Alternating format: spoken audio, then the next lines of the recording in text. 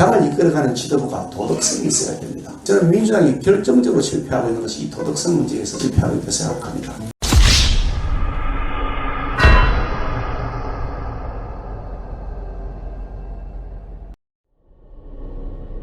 네, 여러분 수고 많이 하십니다.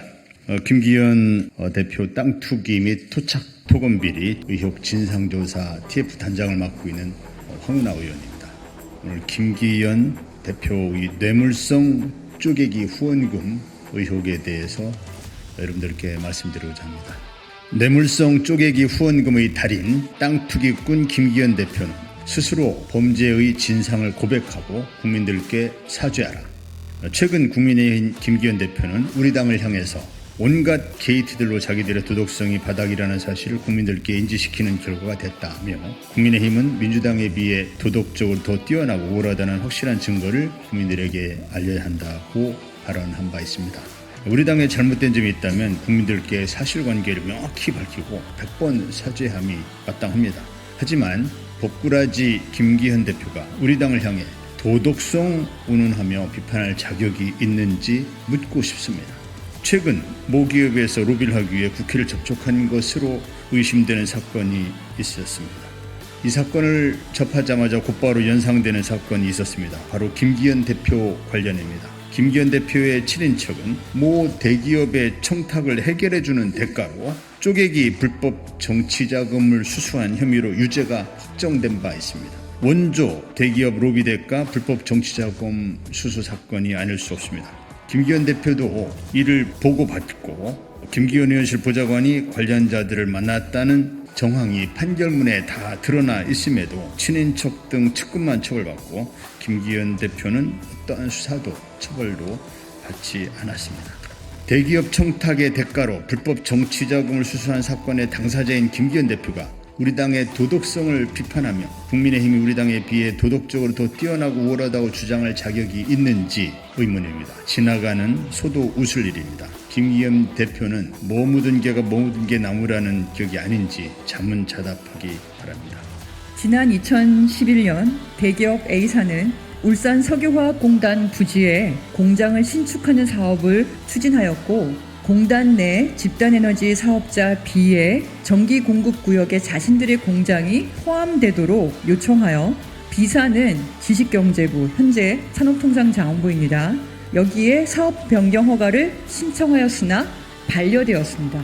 그 후 공장 신축 하도급 업체 C사의 대표는 국회에 지식경제위원회 간사를 지낸 적이 있는 김기현 의원에게 해당 사업 변경 허가를 청탁하기 위해 당시 김기현 의원 지역사무실에서 일하고 있던 김기현 의원 배우자의 이종사촌 오빠와 이종사촌 동생을 만나 부탁하고 김기현 후원회에 2천만 원을 쪼개기 후원하였습니다.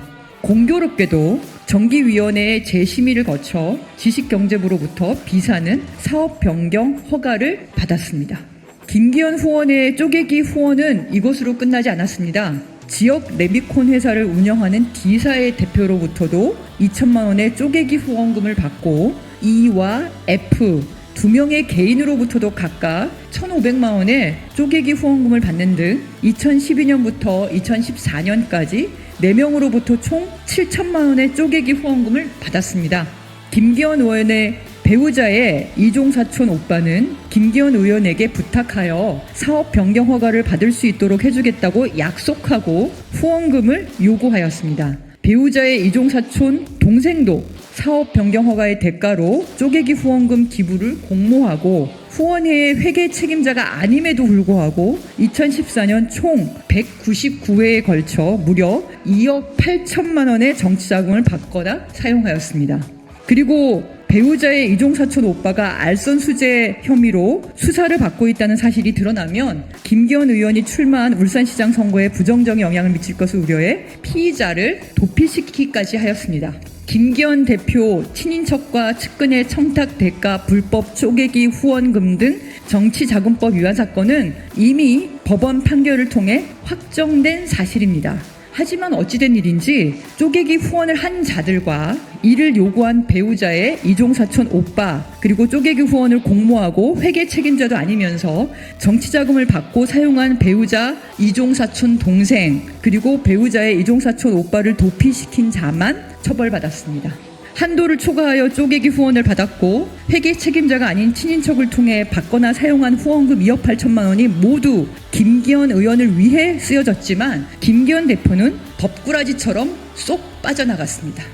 법원 판결문에 따르면 지식경제부 해당 공무원들이 울산으로 현장 시찰을 왔을 때 김기현 의원의 보좌관이 동행한 사실도 있고 처 이종사촌 오빠가 대기업의 청탁 내용을 김기현 대표에게 전달한 사실도 있습니다.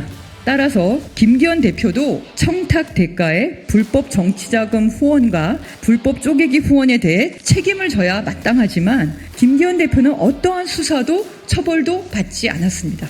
대기업 민원 해결의 대가로 받은 쪼개기 후원금은 뇌물죄로 단죄되어야 마땅하다는 것이 국민 눈높이에 맞을 것입니다. 회계 책임자가 아닌 친인척을 내세운 불법 쪼개기 후원금의 모금과 사용에 대한 최종 수혜자인 김기현 대표는 이제라도 자신이 몸통이었음을 자백하기 바랍니다. 비겁하게 친인척과 측근에게 책임을 전가한 김기현 대표는 부끄러움을 알고 국민 앞에 자신의 잘못을 고백하고 용서를 구하길 바랍니다.